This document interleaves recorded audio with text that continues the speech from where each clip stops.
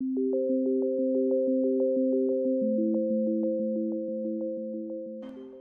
welcome to Road TV.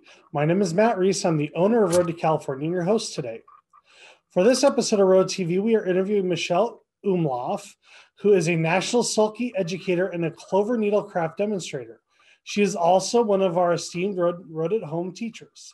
She is teaching class W117, the Ultimate Stabilizer class, on Wednesday, and F201, Machine Embroidery with Perfect Results, on Friday and on Saturday.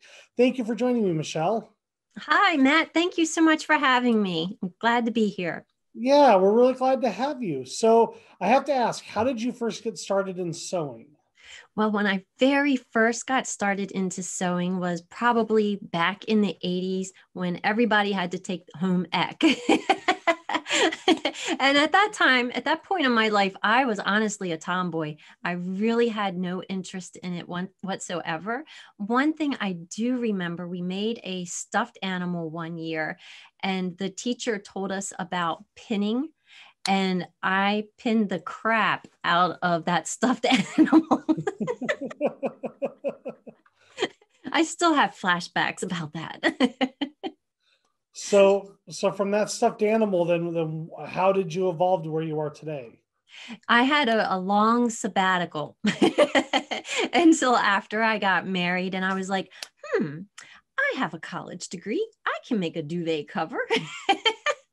And so I set out to get a pattern, not knowing anything about what I was doing because, like I said, I was a tomboy. I didn't hang out much with my mom in the sewing room, who was a sewer. And I started making my king size duvet cover. Well, thank goodness my mother-in-law kind of took me under her wing, and it actually turned out to be like a square or a rectangle and it fit like a full-size bed by the time I was finished. So that was another start to it. But what really sprung everything was when I took teacher certification with Sulky of America, and I took the one back in 2010. That really sparked my interest, and I pursued it from there. So basically that's how it landed me to become a national educator with Sulky. So what did that entail to become a national educator? A national educator? Well, at that time, it's interesting that you asked me this question because I lived in a very remote area of Maryland. We had moved from the metropolis area, I call it, and there wasn't much for me out there with the type of work that I like to do. And so I took my business online, and Sulky provided us with instructions and class material and everything we needed to start teaching online or teaching classes. And because of where I lived, I decided to take it online. So back in 2010s, really when I started dabbling with online education. Wow, boy, that was a little beyond the times of where we are today, isn't it? You were Oh my goodness. And the technology has come so far. I'm so appreciative of that for sure. Absolutely. I think you might have actually beat Craftsy to the punch on that one. You know, I received an email a long, long time ago before Craftsy came out. And it was, I didn't know the person's name. I couldn't remember it from now, but they were kind of like saying, hey, we were looking for people kind of like you. And I really don't remember what happened. It seemed kind of odd to me at the time. So with that sulky training, what did they actually what was the training about? Like what if somebody wanted to become a sulky educator, could you give them a glimpse into what the education program was like? Yeah, well, we have kind of like two programs. We have a teacher certification, which now is done online, and anybody can sign up for that. So all you have to do is you can get information at sulky.com about that, but they have specific programs. So the first one that I received, it had a set group of projects. That they taught us how to use, and they introduced us to the products and how you would use them. And I kind of did on the job training when my business was online back then, and trying to take what I learned in their classes and do it online. So I did a lot of OJT, if you will. But it was about the biggest takeaway I learned was stabilizers aren't for machine embroidery. And that is huge because a lot of people think machine embroidery and stabilizers go hand in hand, which is true, but you can do a lot of other applications with the stabilizers. So, okay, you're gonna have to elaborate a little bit on that. I know we don't want to give away the topic of your ultimate stabilizer class, but you're gonna have to elaborate a little bit on that. It kind of blew my mind. Yeah. And you know what? I knock people's socks off in that class. It is eye-opening for sure. So there are things that you can do. For instance, I have a little show and tell that I can show you with something like this. This is thread lace.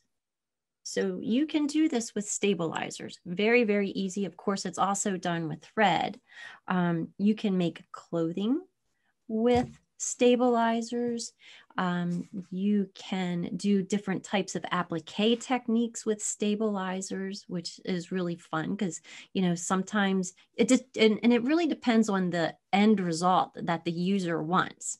So like, for example, if they're using the fusible type of applique, but yet say it's going on a child's clothing, or for example, and sometimes that fusible applique might be just a little too firm. You know, it doesn't really have that natural bend like fabric would have. So we have a variety of stabilizers, some tricks up your sleeve that you can use to make applique pretty much the exact same way, but much softer without using a fusible. Well, it sounds like people really need to sign up for that class and learn about all the different stabilizers there, because I know there's a bunch. We buy a lot of stabilizer. We do all the Road to California embroidery is all done in house. Right. We have all sorts of tear away, wash away, heat and gone, all the whole. We've got 5 or 6 different kinds depending on the material and the application. Yeah. And in Salke's line, they carry about 18 different types of stabilizers. And in that class, we go through them all. And people end up being very, very inspired. And like I said, it's not just for machine embroidery. And if they already have some stabilizer at home, we make a notebook. So you can say, oh, well, now this stabilizer that Michelle told me about looks just like this one over here that I got in this class that the teacher recommended. Now they know some things that they can do with that stabilizer. So it kind of takes the mystery out of them. So you can universal. It's not just sulky stabilizer. You can kind of apply the skills you learn here for any stabilizer. Yes. Wonderful. So, your area of expertise currently would be what? I'm curious. Threads and stabilizers for sure. And techniques. I like to do a variety of techniques. I used to be a baby lock educator. So I tell people I have every accessory and foot known to mankind. So I'm a sewer. So I do a little bit of everything. I have a serger. There's a lot of techniques you can do with the serger. Of course, I do machine embroidery and I sew as well, a little bit of quilting. Also, I even have a long arm machine, but it's a sit down long arm machine. So I have all the toys. Sounds like it. So where do you keep all your toys? What's your studio like? Over there. That's a really good question. I am so excited because at the beginning of the years, like when COVID first started, right, I had plans to move from the upstairs of our house into our unfinished basement. And we hired a carpenter to finish this off just for me. So it's pretty much my dream come true. So I have an entire basement right now. And at that time, I didn't know how long this online stuff was going to last, right? So like every Friday, I do this thing called UFO Friday, and people can find that on my Facebook page, Sewing Machine Artistry. I do it at 3 p.m. Eastern time. So, like this little corner right here has become my recording studio, if you will. And so I had some barn doors put up so I can display my work and then also have access to the other side of the wall. But all my machines, for the most part, are kept on the far side of my studio, and that's pretty much just set up solely for machines. Like this area is kind of like the studio workroom, if you will. So I have a machine, or I bring the other one that I need that I'm working on over to this side. Awesome. So what sewing tools are like your favorite notions? I know you love sulky thread and sulky stabilizer. I'm sure you could show us a lot of that. Right. What about your favorite notions? Oh, well, I brought two over here with me. And I'm also a demonstrator for Clover. So I have the fabric folding pen. I recently took a quilting class and I took this baby with me, and I was so thankful that I did. So I took the class like right when things were getting safe to go back out before we started going backwards. And the fabric folding pen is wonderful. It has a magic sauce that you put a couple drops of it into this tube and fill it up with water. And then it's great to run this along the seam, and then you can finger press your seams open. And I felt like that really saved me a lot of time from having to get up and go back and forth to the iron. So when I did go up to the iron for the final pressing, I could just press my stuff right in place and no kind of finagling with it to get that seam open. So that's one, the fabric folding pen by Clover. And then this other baby, this is called the Thread Director. And this is a real game changer for particularly working with metallic threads. But then I say any thread that's being a little bit fussy, even threads that are close to being towards the end. And sometimes they just don't want to feed through your machine properly. You get a lot of like thread breakage, or your needle comes unthreaded. So if you put the thread on that, you could use every last inch. And I even use that on my multi-needle machine. So it's wonderful. Wow, that's impressive. So obviously you've been doing the construction. What else have you been doing since COVID hit? What else have I been doing since COVID? Trying to like plow new ground, where I'm going, where I'm headed, what I want to be next year. Um, but I have been working, doing the online thing. Like I've been investing in myself to be able to use multiple cameras and to give students a really good online experience for one thing. And then just trying to collaborate with other people so that we can support each other and be stronger, while we're still kind of like in this state that we're in until we get back out there on the ground. Sounds good. So let's get on to teaching a little bit. When did you start teaching? Obviously, probably after you got your sulky educator, but what was really like your first dive into teaching? Okay, I became a Salky educator. So there's the Salky teacher certification that I talked about. And then I had a couple of those certifications, and I kept in touch with Salky. And I remember this because I was highly medicated, the power of medication, right? So I'm feeling like crap, and I'm taking a shower and I'm washing my hair, and I'm like, I've been doing this stuff online for a while. I think I'm going to let Salky know. So I sent them an email and let them know about that. And that was probably in early 2013. And they kept in touch with me, specifically the vice president of Salky. So when they were looking for a new national educator, they contacted me. And in 2014, that's when it officially began. Awesome. So you've been doing that for working on 7 years. Yes. Wow. Time flies. I know, right? So let's talk a little bit about, we talked about your Wednesday class. Let's talk about your Friday class, machine embroidery with perfect results. Machine embroidery with perfect results. Well, that's a really cool class too. And you don't have to know much about machine embroidery in order to take it. That's the really nice thing, because I know there's so many people out there that are so afraid of using that embroidery machine. And I tell them, like, if you can use something like this or a computer to take an online class, you can certainly use your embroidery machine.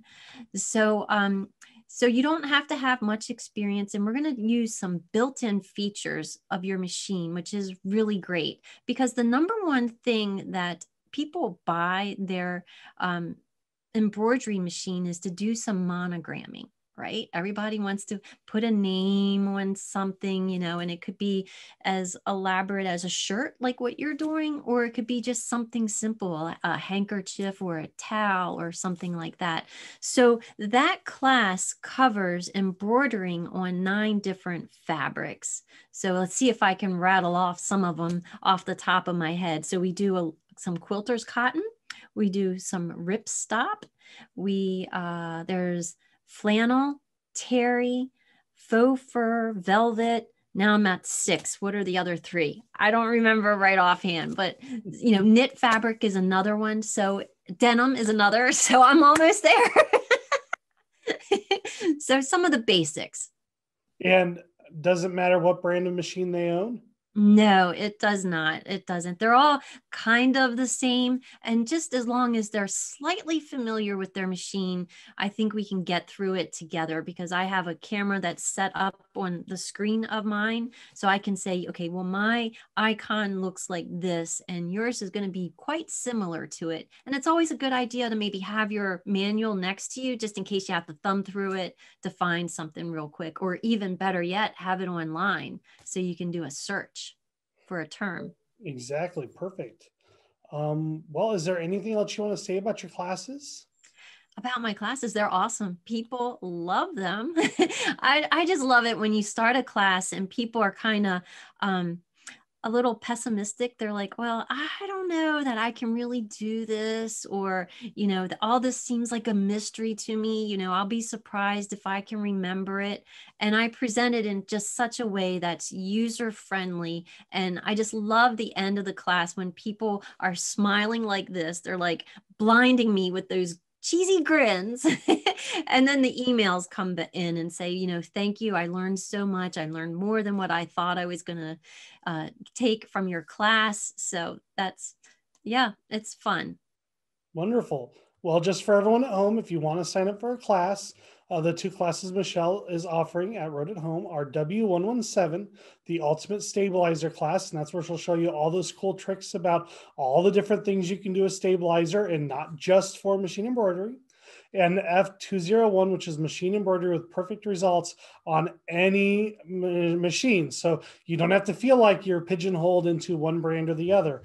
If you have a machine to do embroidery on, you should sign up and take the class and learn a little bit more about what to do. You can register online at www.road2ca. And Michelle, what is your website? It's sewingmachineartistry.com. Perfect. Thank you for joining me, Michelle. Thank you so much. This was a lot of fun. I'm looking forward to meeting everybody real soon. Absolutely. Thank you for watching Road TV, and we hope to see you next time.